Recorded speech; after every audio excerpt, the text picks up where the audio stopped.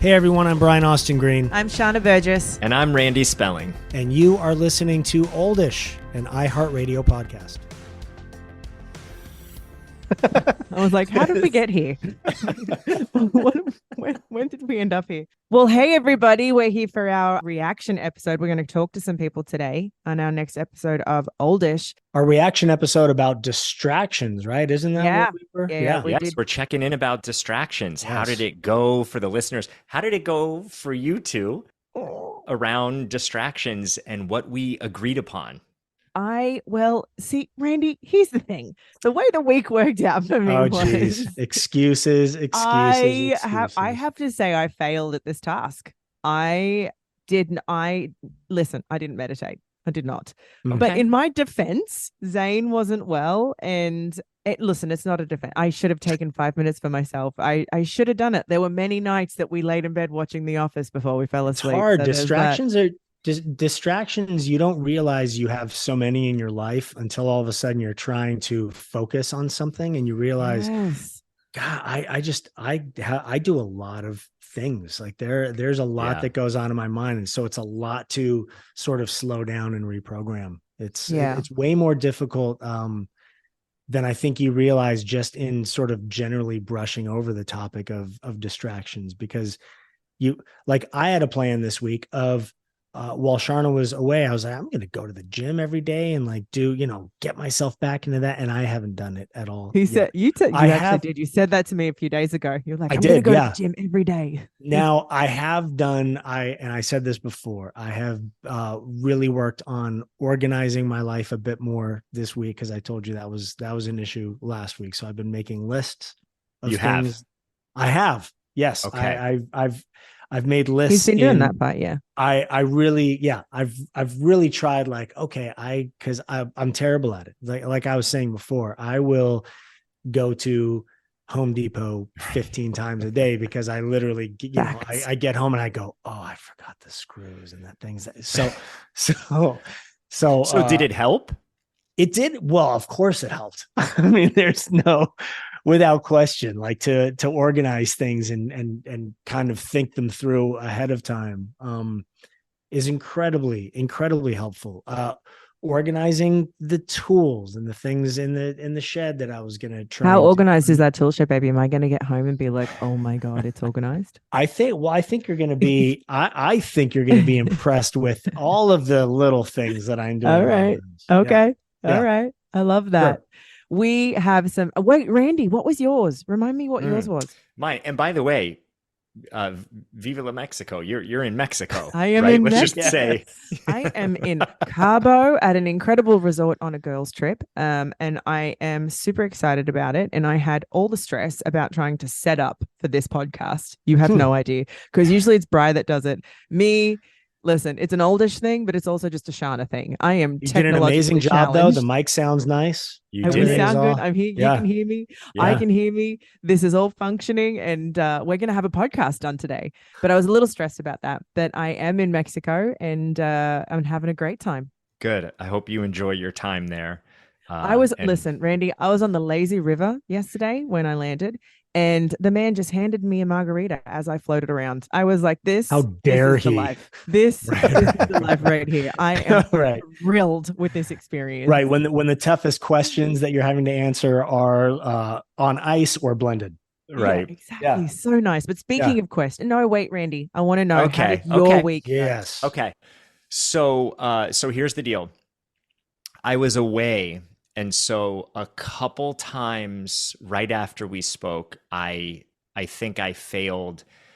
I wasn't scrolling. So mine was to just not scroll or really go on social media after I put my girls to bed. And then I remembered and I thought, okay, I have to go on and talk with Brian and Sharna. I have to be accountable. So I became a coaching client instead of the coach. It was so weird. The accountability container helped me so much. I didn't do it for about 5 days. So the last 5 days, I have not done it. Who knew how much time there was in an evening? There's so much time. I was like, this is luxurious.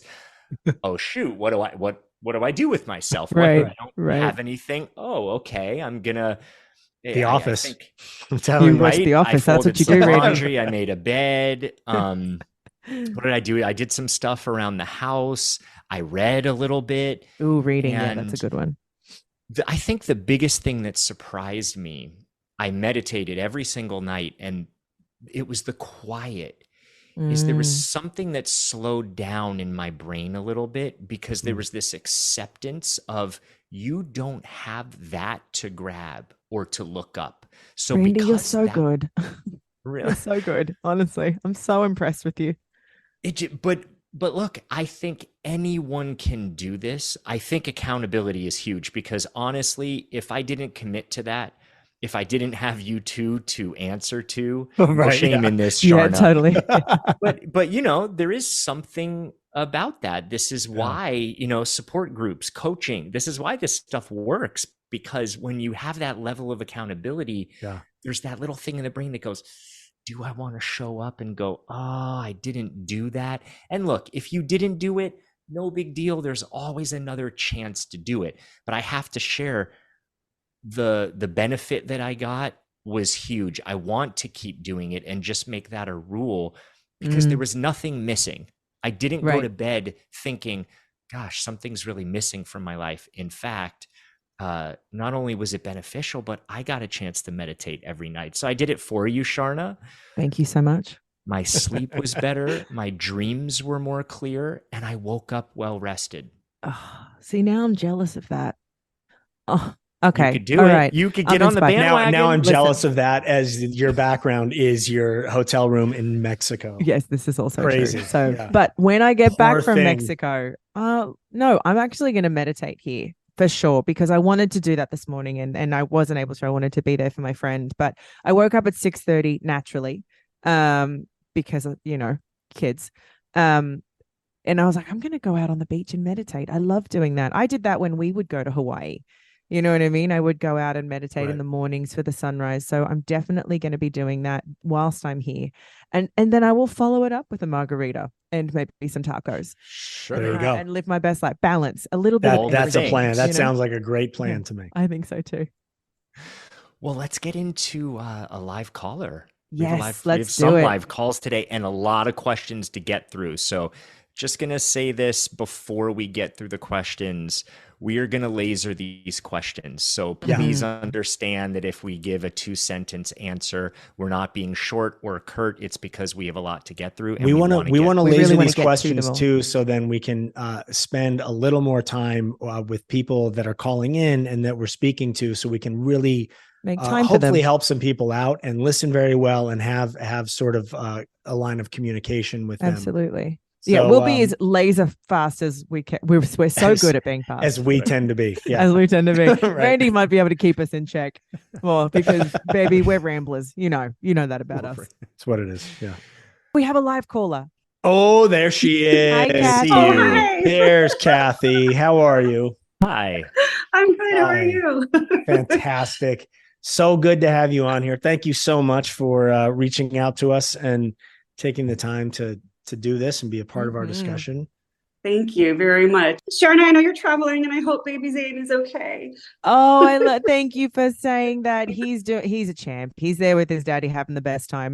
Don't say hope he's okay, Kathy. Like, I can't hold down the fort and take care of a baby. I meant that a different way. He's fed, he slept well. Don't listen to him. He's wearing clothes. To him. He loves he's not like jumping in a bowl of Cheerios, like playing with like broken bottles and stuff. I just meant I hope his the hand, foot, and mouth is doing much better. It has gotten a lot better, thank goodness. Yeah, thankfully he didn't have a really horrible case of it. But thank you for asking as well. Of course. So what is your question that you have for us? So I'm very distracted all the time, as probably everybody is. But my question to all of you is, how do you balance keeping a strong connection with your significant other while there are so many other distractions around you? How do you guys kind of, go back to where it all started and kind of keep, in touch with your significant other, I guess, while there's like work and kids and all kinds of distractions going on? I think that's an amazing question, Kathy. Yeah. Randy, why don't you start us off? So I have a good semblance here. I have a question for you, and then I think Brian and Sharna would be great as a couple to share how they do that and some tips for you. My question is, what are your specific distractions that you're talking about? Well, can I be transparent? Of Please course. do. Please do, yes. Our bedroom wall is on the same wall as my son. So Okay. so when he's home, or I mean anything like date nights, and I mean kids are a big distraction, work is a big distraction, trying to find the intimate time is a big distraction. So I guess I would say, yeah, just kind of like, when do you bring your kids to dinner with you, and when do you, kind of draw that line and get a sitter or something. Okay, so now that we have more specifics, Brian and Sharna, take it away. My suggestion, Kathy, and I think what Sharna and I try really hard to do is make a concerted effort to spend time together and to do things and still be adults. We're obviously with the kids a lot. We try and have dinners with them and have activities with them as much as possible. But then we make the choice too of going, okay, this Wednesday we're gonna go have dinner. We're gonna go see a movie. So we make sure that my mother is here at the house, or Sharna's mother, or somebody is here to be with the kids, and then we really try and make the most of that time together, and we laugh and we talk about things, and we talk about things outside of the daily life things that we talk about all the time. I mean, we talk about the kids, and we talk about the house, and we talk about things like that all day, every single day. So we try and really make time to talk about the other person as far as just life and how they're feeling and what's been going on and what are they concerned about and how we can help each other through those situations. But it's an absolute concerted effort. It's not something that just naturally on its own happens. I mean, we have to make sure that we set aside time and we make a plan and we commit to that plan and we see it all the way through. Yeah. You kind of have to, because it's easy to let distractions and schedule and timing kind of get in the way and create excuses to not do that. But it's so important to spend time with someone. If you're in a relationship and you're married and you have a significant other. I think that it's also healthy to know that it's also quality, not quantity, right? So if it's only once a month that you can, because of the distractions or life or whatever it is, you go, okay, for that once a month, let's actually go see a live show or go do something, a new experience with each other, and have a beautiful hotel room for us that night. So you're not just going to dinner where you may fall into, especially in the beginning while you're in practice of it, talking about the mundane life things. But I think what happens when you're in long-term relationships, marriages, you forget to dream with one another, and that excitement of something new kind of goes away because you're just in it. There's no more questions about what you could do and what you could plan. To dream with each other. That's a good one, Randy. We got to write that one dreaming with down. each other, right? So planning new experiences, and even if you are going to just trying a new restaurant or whatever, that's fun. And having a hotel at the end of it where you don't share a bedroom wall, right, with your son, because I get that too. You want freedom, and it is so different when you have that freedom. You're sort of reminded of you pre-kids, right? And that's really wonderful and freeing too. But Brian and I also, we said this in the beginning, we want adventure and experience. And one of the first things we did with each other was a shark diving trip, and we still talk about it. And we have all the intentions. We talk about the bucket list items all the time of when we can, having those moments with each other, because I think those new experiences with each other become that new fire that you have, that's something that you share, that you can move forward with and be so excited about, that you either grew from or just thoroughly enjoyed. I think, again, just to say it one more time, when we're in long-term things, we forget to have that newness around and those exciting moments. And you might make a date night, but you'll go to the same restaurant and then you'll go back to the house and it doesn't feel like you had a date night. You got to think, You want to try and, even if it's go to a museum or a show, something you guys have never done, do a paint class together, go paintballing. There are new experiences everywhere, and sharing. Go paintballing. Right. Go shoot each other a little bit. Yeah. Get some aggression right? out. Am I right? Cathartic. But like there is all these experiences that you can share, even if they don't feel like you necessarily. That's awesome. You get to do that together. And those things you do make time for, and you get childcare for, again, quality, not quantity. I think when you put pressure on, like, we have to do a date night every month, it's too hard. Then it becomes a chore.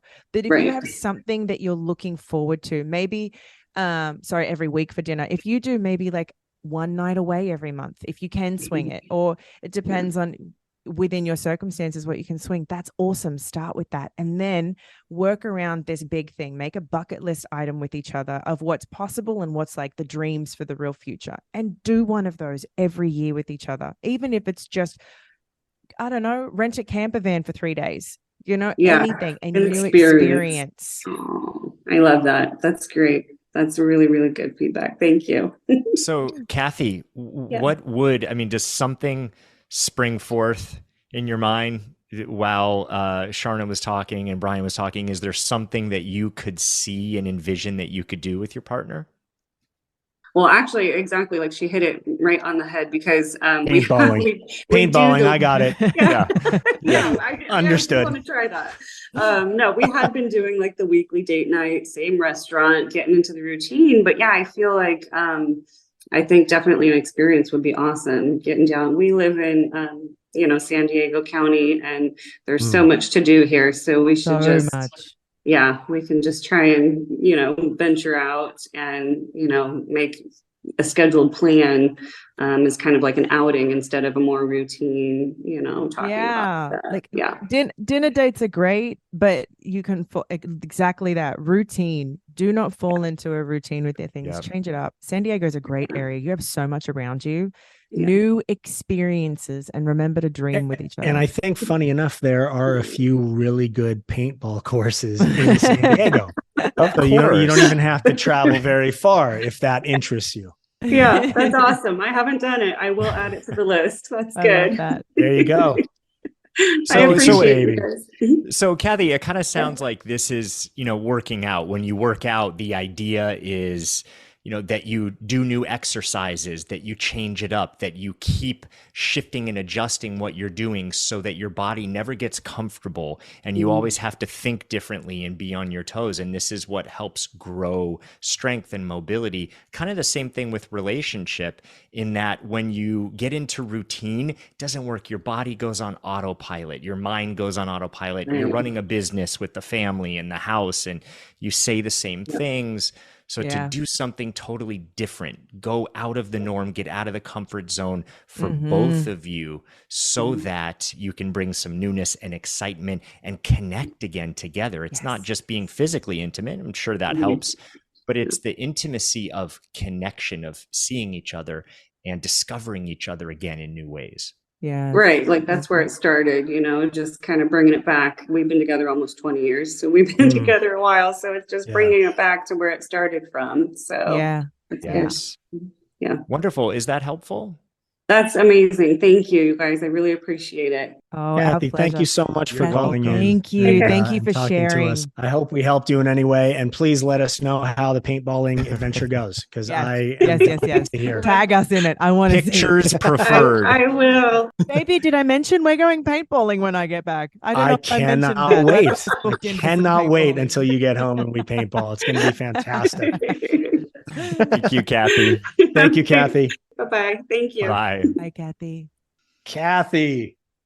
Oh, paintballing. That's going to be so much fun. That's incredible. I love that. I hope she does go paintballing. Go paintballing around the world. That would be a fun one. If paintballing is your passion, travel the world and paintball everywhere it's available. And everywhere it's not. That's even more fun.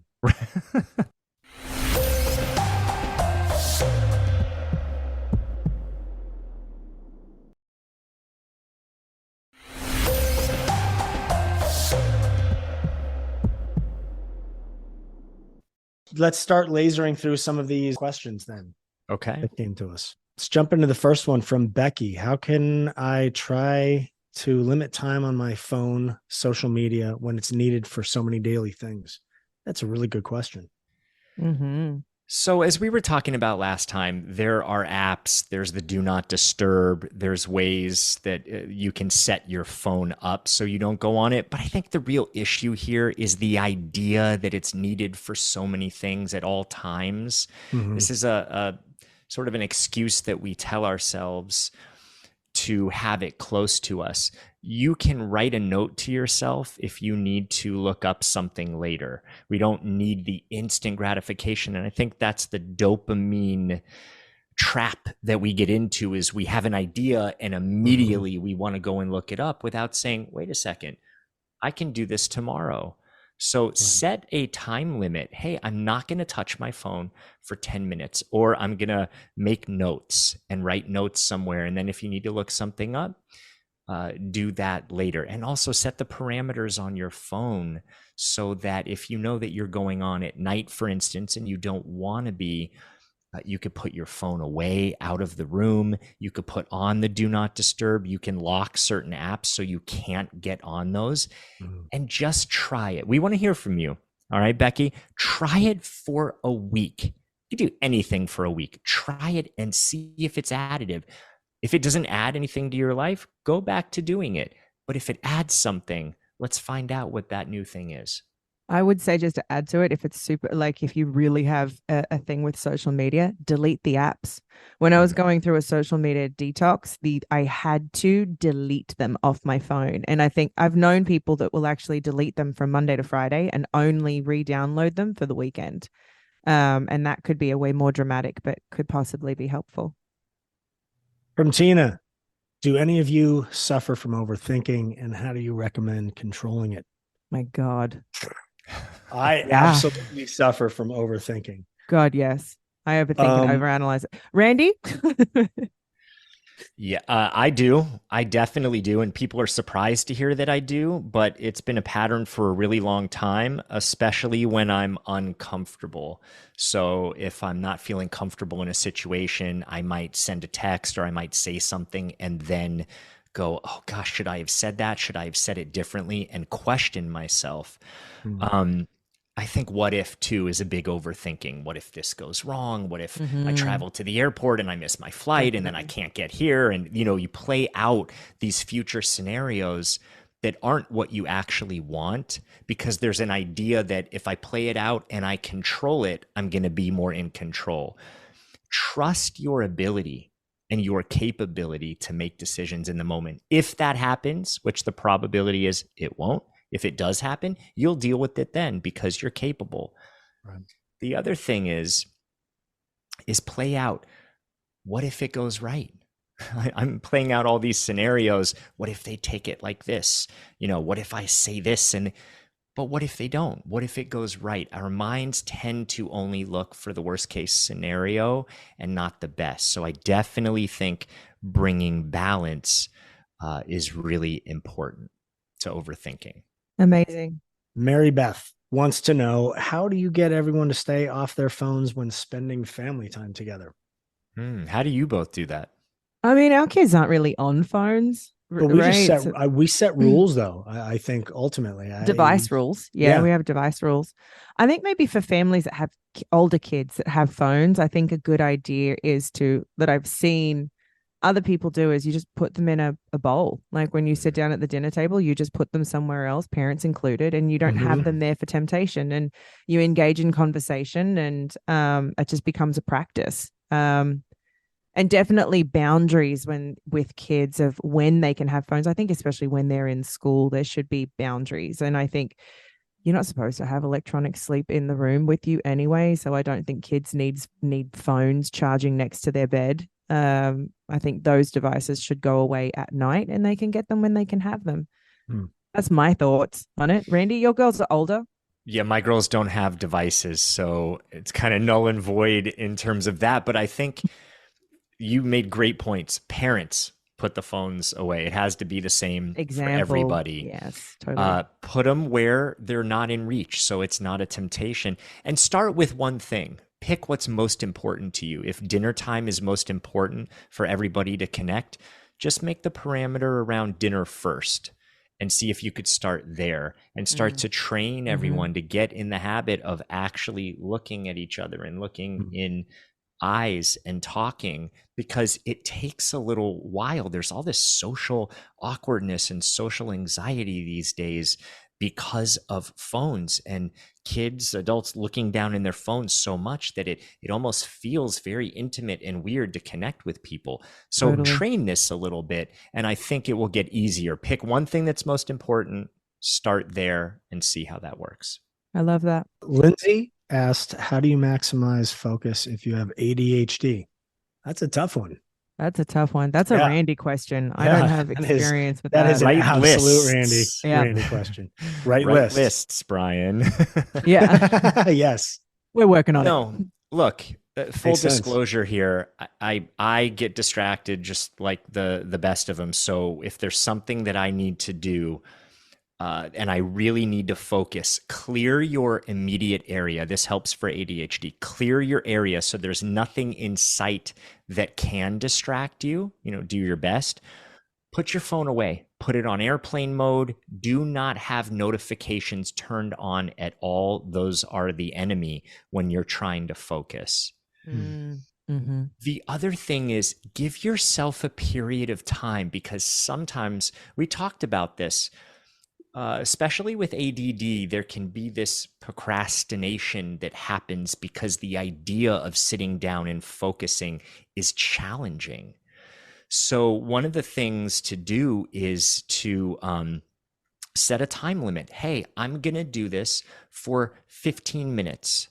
Set your timer and see if you could go for 15 minutes. After the 15 minutes, if you want to keep going, you absolutely can. But make it a digestible chunk that feels doable. And the biggest thing that I find with clients that really, really helps is physical exercise right before you have to focus. Go do a bunch of push-ups, push against something, lift something heavy, get your heart rate up. Breath work is a great thing to do, but not just slow breath work, sometimes more like a Wim Hof type of breath work where you're really breathing in and breathing out, because it will sort of depress the nervous system enough where you don't have the same tensity and energy in the body. And when you don't have that same energy running through your body, you're going to be able to sit and mentally focus a little bit easier. I love that, Randy. That's amazing advice. Yeah, that's incredible. I actually do that on set sometimes. Before scenes, I will do push-ups or something like that just to kind of clear out the system a little bit and clear out the nerves. And it does allow me to focus. Yeah. I love that. We have Allison, who has a great question. Can distractions be positive? Absolutely. Yes. Yeah. That's a yes from Randy. That's a yes. I feel like we actually spoke about this a few episodes ago when we were talking about addiction, that distractions can absolutely be healthy in that situation. But I'm sure beyond that. Exactly. Yeah. Look, in terms of grieving, sometimes we distract. Sometimes we'll sit with people, we'll try and laugh, we'll eat, we'll share stories. There's an element of distraction there. I think when it comes to trauma, the body and the brain will naturally distract sometimes to pull someone out of such pain in the moment. So there is a natural distraction that happens, because otherwise it would just be too awful and too painful to deal with the reality of what's going on. Right. I also think distraction just in terms of, if you hit your ankle, I mean, you see this with kids, right? They'll be upset, they're crying, and then you get a little something and you're like, oh, hey. Yeah. Oh, yeah. And then they're like, ha, ha, ha, ha. We do that with Zane. We'll do, we call it a reset, where if he's just having like a total mental breakdown, we'll carry him outside and we'll talk to the trees and we'll walk around the yard, and it gets his mind off of whatever was so upsetting before. And then it's like hitting the reset button on him. It's amazing. Exactly. I have a question that's not on our list of questions, but something that leads into that. When you're saying distractions can be a positive thing, I totally hear you and I get it. Can you curate the things, your distractions, so that you know you're going towards things that are healthy for you. Because I think social media as a distraction is not necessarily, in my view, healthy. I think it's just distracting because you never know what you're going to get on it or where it's going to lead you. So how can you ensure that your distractions are a positive thing in your world? I can't tell if you were reading my mind or I was picking up on what you were thinking, but I was just about to say, we are connected, Randy. Right? I love that. Here's how you tell if it's a positive distraction or a negative distraction. Ask what your goal is and see, is this distraction going to help me get to my goal? If too much social media, if you're like, nope, my goal is to write and, do some reading and I'm on social media, that's not going to help me. That's your answer. If you go, gosh, I'm really overthinking right now, I can't stop ruminating and thinking about this thing, go fix something, go for a walk, go do something, change your environment, and then ask yourself, will that type of distraction help me to stop overthinking? If the answer is yes, that might help, go try that thing. Got you. Yeah, I love that.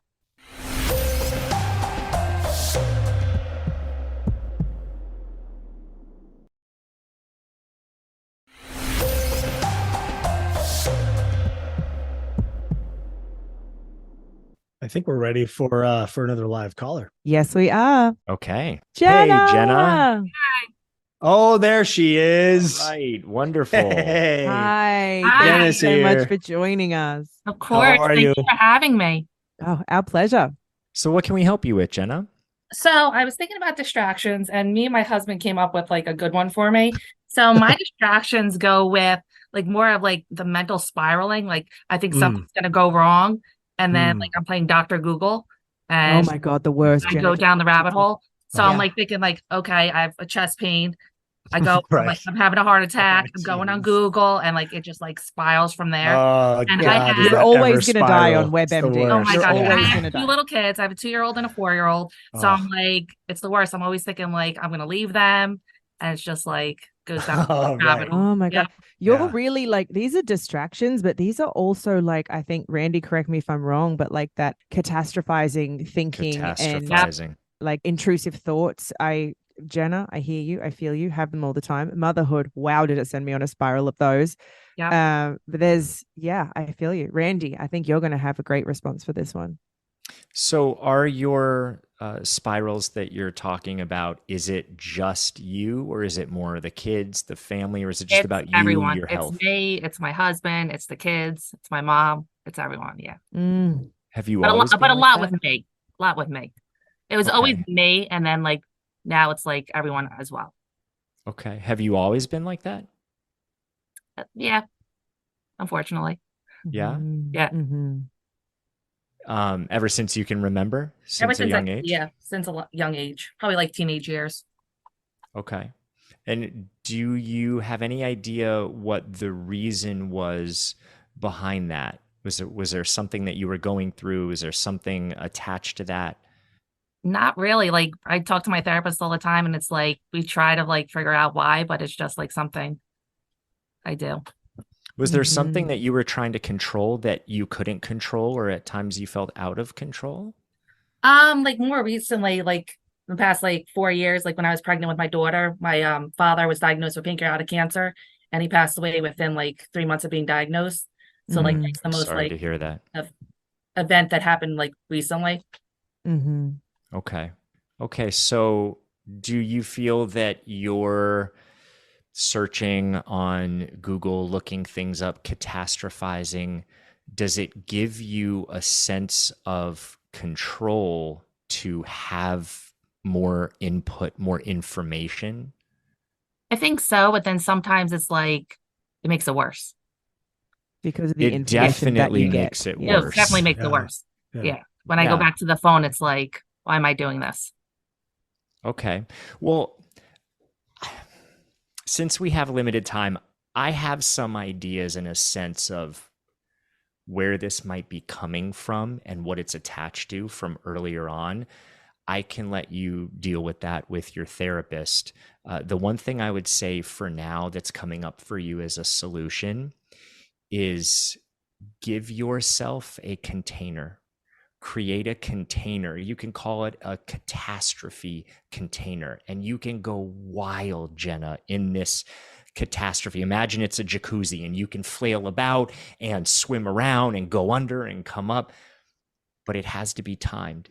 You can only do that for 10 minutes, 5 minutes, and try that. But it can't be 5 times a day. It has to be at a certain time. So maybe you schedule it, and maybe, it's on a Tuesday or something, and you schedule a time where you write notes beforehand. What do I need to look up? What am I worried about? What could go wrong? And then once you get to Tuesday, get that piece of paper. You could do a big dump on that piece of paper. Then get the piece of paper. I guarantee by Tuesday, some of those things you may not even have to address anymore because they're gone. It was just something that came up in your mind and it's now gone. But the ones that are most important that you look at and you say, this needs to be addressed, spend equal time, if you choose, this is up to you, looking up for solution. If there really is a problem, look for a solution, not just what's the worst thing that could happen, who died of this, but really look for solution. The other side is balance out. If you spend 3 minutes looking for solutions, then spend 3 minutes thinking about how this could be okay, how this could go right, and spend 3 minutes envisioning, closing your eyes and playing out the scenario of how this could actually go right, how you could be healthy, how instead of leaving your kids, how you could have a nice long life with your kids and see them no matter what age they are, see them at graduation, see what you're going to do after, and start to give the body that drip. So catastrophize/solution first, right?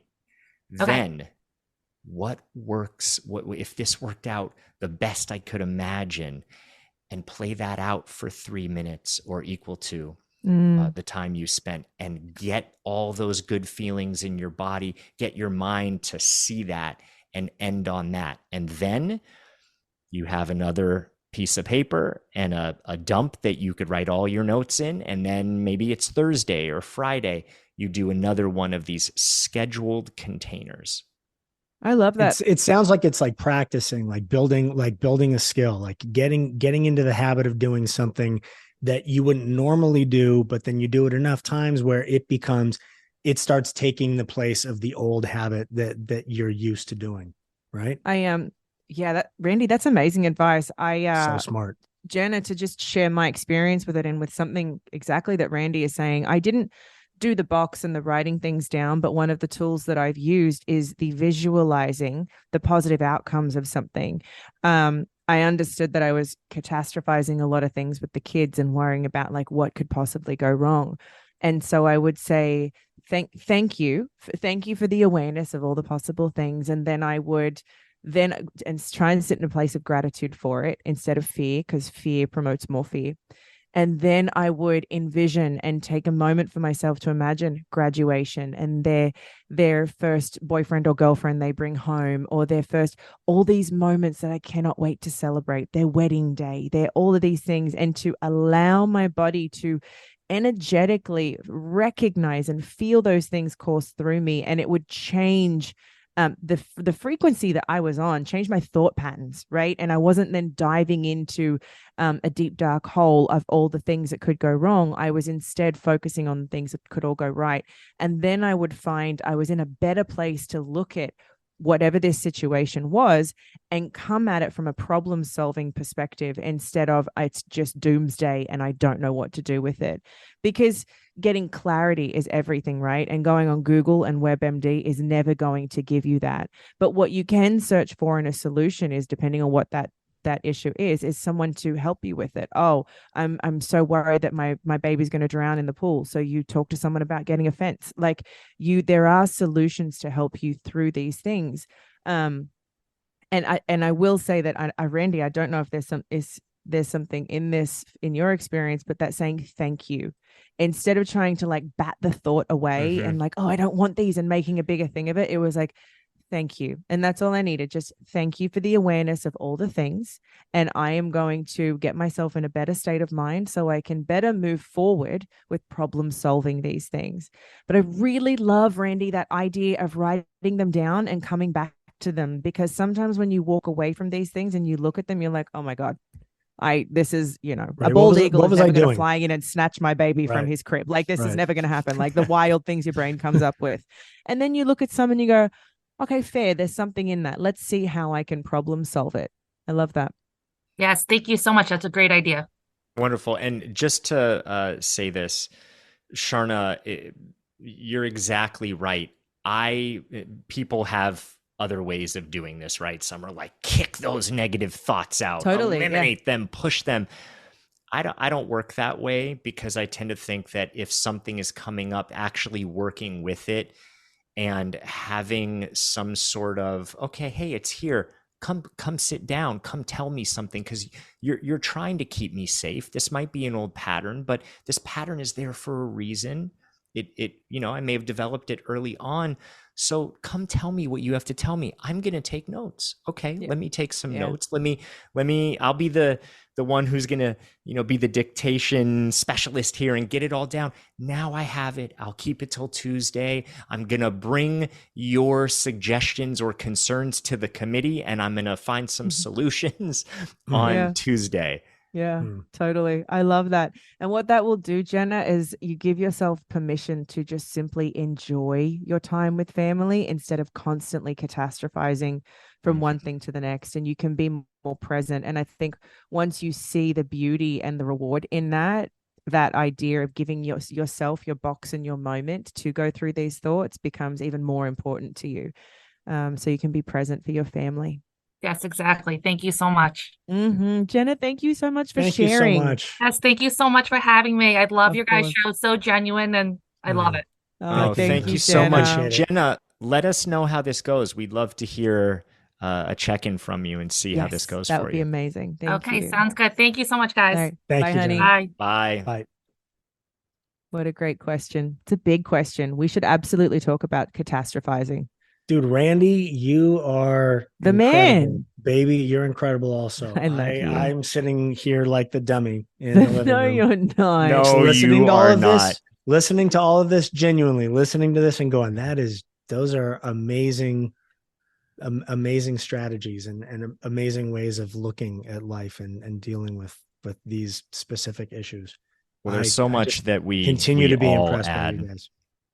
Thank you, Brian. We all absolutely add. Yeah, Brian, you add so much. You hold space really, really well. You do. Beautifully. Thank you. You do. That's not a huge compliment. Not a small thing. And I know it's very subtle and people might not recognize what that means, but actually holding space to have people.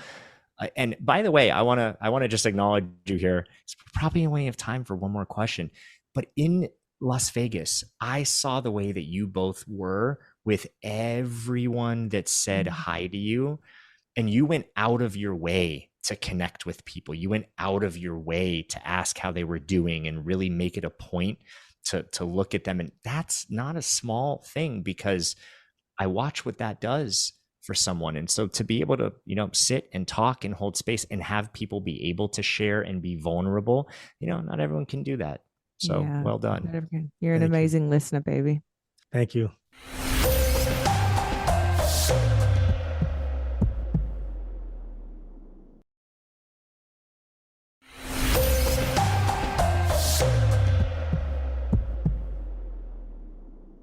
Do we have another caller? Hi, Karen. Hey, hello. Hi, Karen. Thank you so much for joining us. Hi, Karen. Hello. Nice to be here. Thank you for having me. Thank you so much for trying and well, I'm old. I'm not just oldish, and I have technical problems. Oh, girl. Boy. Welcome to the club. The same boat. Welcome to oldish. Literally every single time we're setting up to do this, I'm on, and it's like Randy had to help me with my camera today. Like we have all sorts of. Yeah, we're my 16-year-old just set me up, so we're good. Did he? 16-year-olds know what's up. Well, he did a great job. Yeah. Thank you to your 16-year-old. Yeah. Thank you. So what's going on, Karen? Well, I love your podcast. Distraction wise, phone. I'm your age, Brian, I believe. Okay. And I hate cell phones, but they're a necessary evil, of course. Yeah. My work is tied to it. I have 2 teenagers. My question to you guys is, how do you feel about Life 360 or those type of apps that are constantly activating and notifying you? Of course, I want to know where my kids are. I have 2 kids that drive, but personally, it's not good for my mental health to be at that phone all the time with every notification. Interesting. Yeah. So I just wondered what your opinions are on that with you guys having kids. What do you think about them in general? Do you think it's a good idea to track your children like this? Is it a bad message to them? Like, oh, I don't trust you, I'm going to track you. And then, of course, I'm stuck with the notifications and things like that. So I'm trying to find the right balance. I want my kids to grow up like I did and have the freedom and not be on leash. Yeah. It's hard, right, Karen? Because today it's not the same. I was having this conversation with someone earlier. Like, we all grew up playing in the street, and like Bryce says, when the street lights came on, you went home for dinner. You know what I mean? Yeah, I used to drink water out of a hose. Like, all these experiences that unfortunately we are in a different time, and so I think there is. Listen, as a mom, I feel you there. I think there really is something in tracking your kids. I've never used 360. Our kids aren't like driving or on their own out there in the world, in the wilderness. They're in our company and never alone. But I think maybe the constant notifications can just leave you on edge and give you anxiety. I wonder. Yeah, I do. It almost seems like a level of control that starts becoming unhealthy. Right. In feeling like you need to, and feeling like you need to know at all times what is happening. It's not natural, really, and it's not really a part of life. And I think you're kind of setting yourself up for disappointment, and you're setting yourself just up stress for in general, for worry, stress within the situation. Karen, do your kids have phones? Right, they're old enough to have phones. They do, yeah. They're 15 and 16. So what if it was, instead of an app that alerts you all the time, and I do this with my friends. I did it with Bri when I came here to Mexico. You do it with your mom. I do it with my mom. Yeah. We just share the location. So you're constantly sharing the location on your phone, which means you can always go in and check where they are, but you don't get notifications on it. And most teenagers, everyone will have their phone on them at all times. But you can then, if you have that thought where your mom brain goes, where are they right now? And you just want to check in. I haven't spoken to him for 2 hours. I don't know what's going on. You can look. And I feel like that is healthy. I think knowing where your kids are is healthy, but I think having the constant notifications of constantly reassuring you where they are, that when you don't have those notifications come in a second, it's like something has gone wrong, right? Or you're depending on them to feel okay, and they're feeling constantly watched, and it's like, oh, it feels yucky. It feels like a lot. But maybe the sharing a location is a better option. I don't know, Randy, what do you think? Have you ever heard of these apps? What's your perspective on this? I've heard of the apps, and I mean, the question that I have is, what is the reason to do this in the first place? I get safety, but why the constant notifications? Right. From my standpoint, I don't have them yet. My husband and I have sort of decided against them. But for safety reasons, I can justify it. But I know if I get it, I am going to be more tied to my phone. And that's the last thing I want. I have, like you guys, you struggle to be less distracted and more in the moment. So if I'm getting notified, okay, at school, leaving school, at someone's house, leaving someone's house. That's a lot. I don't think that's healthy for them. No. Generally, definitely not healthy for me. No, I agree with you. I actually don't like that. Yeah, it sounds to me, and tell me if I'm right or wrong here, but it sounds to me like being able to know where they're at is high priority. So maybe there's a location turned on their phone where you can always see where they're at, but it's by choice. That having notifications go off all the time, you said it yourself. You came on the call and the second thing you said was, this is not good for my mental health. You said those words, and we have to pay attention to what you said, because I could see the energy, the look on your face when you said that, is that it's not good for your mental health. If it's not good for your mental health, there's more of a cost to having those notifications than there is benefit. Yeah, it's funny. Like every friend of mine has it, and they're like, why don't you have that? Why don't you have that? I want my kids to be independent. I want to be able to trust them. I mean, one of them's going to college next year.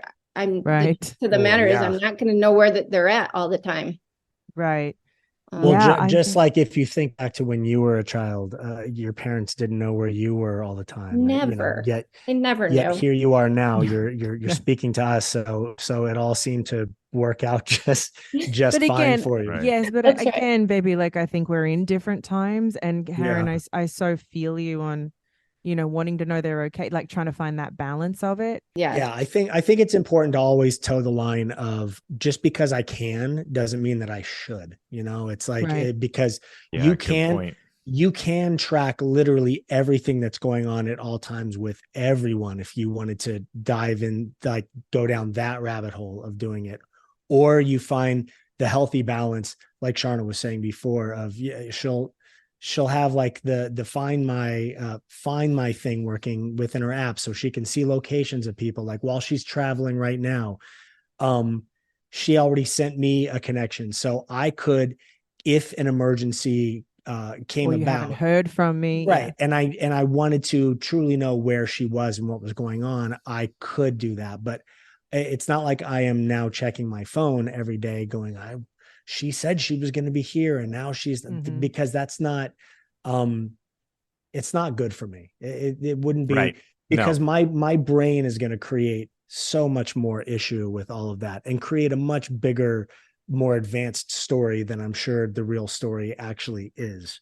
Right. That just sort of is what I think by nature, what we tend to do. When you get a little piece of information, you can easily spin it and run with it and create something that is far beyond what the actual situation is. Yeah, absolutely. I think there's a lot in that, and also you have someone going to college and all these things. Maybe they don't want to share their location with you all the time, but you can maybe have that communication with them of, those mum worries. What if you go to a party, and what if you this, and what if you that? And just have that open communication of, I don't want to track you all the time, but can we make a deal that if you do go and do something that is kind of wild or whatever, just share it with me then. Or if you do go on a trip, share it with me then, especially at that age, giving them a choice. Yeah. To saying like, hey, if you're going to go do this, could you please do this with me? So you still make it's within their control. It's not you being controlling and feeling more like a big brother in the situation. I think that's a really good idea, baby. Actually, that's perfect. Like I said, every single one of my friends is, tracing their kids every step. I don't want them to feel that way. Like I don't trust them. I want them to be independent. Yeah. And I actually think that's perfect. Just as you said, just please share with me if you're doing something like that, let me know. Yeah. Just for safety reasons, not because safety reasons, exactly. Yeah. Absolutely. Not because I want to just spy on you in your life and don't trust you. It's really just because things can happen. And I just want to, if I needed to, be able to know where you are and help. Exactly. That's all. Yeah. And then in terms of pushback for your friends, if they keep giving you a hard time, well, why don't you have this? My suggestion here would be to come up with an answer that feels comfortable for you.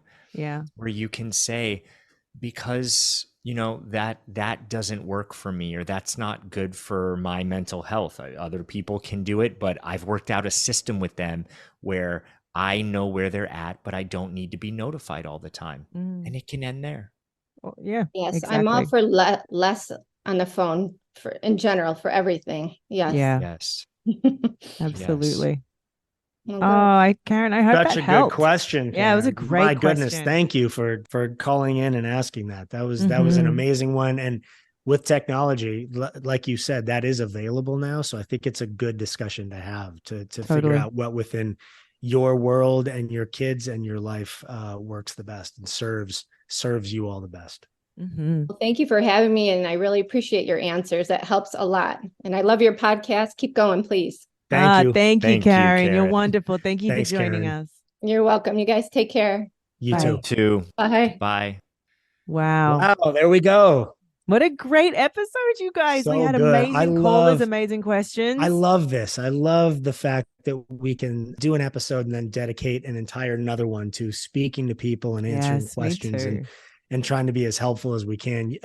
I said it before, but you two are just amazing as far as that goes. I love sitting back and the things that you think about and you share with people and different ideas that you share are incredible to listen to. And I'm so, again, I feel like the dummy in the room, but I guess that's, you just gave a great answer to Karen. I guess that's okay. Exactly. No, you have incredible feedback and answers and you make this a really amazing space for people to come and share and for us to share as well, baby.